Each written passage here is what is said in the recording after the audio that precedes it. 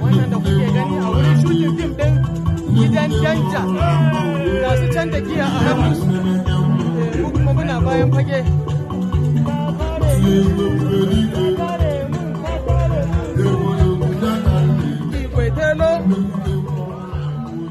Telo a gurin shutin fim ɗin gidan danja ga su nan bangaren kabilu ne da giya a hannun suna rawa munnar mai gidan ya mutu.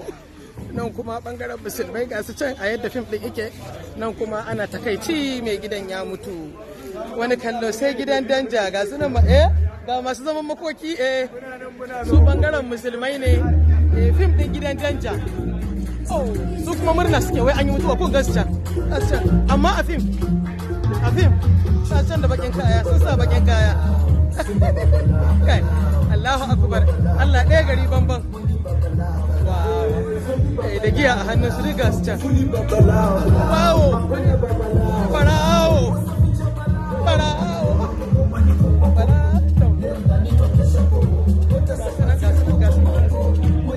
Yakubu Muhammad nan da shi allegation ga Umar Gombe nan allegation gidan danja